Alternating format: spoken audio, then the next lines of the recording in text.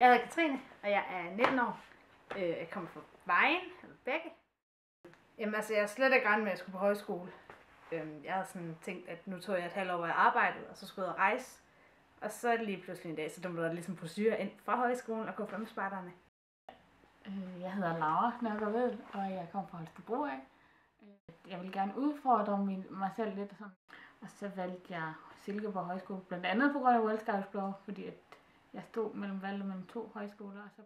Jeg hedder Mathilde, jeg er 19 år og kommer fra en større by, der hedder Kjellerup. Det lød bare så spændende, og det var noget, som interesserede mig, og så var det egentlig derfor, at de så blev Silkeborg Højskole.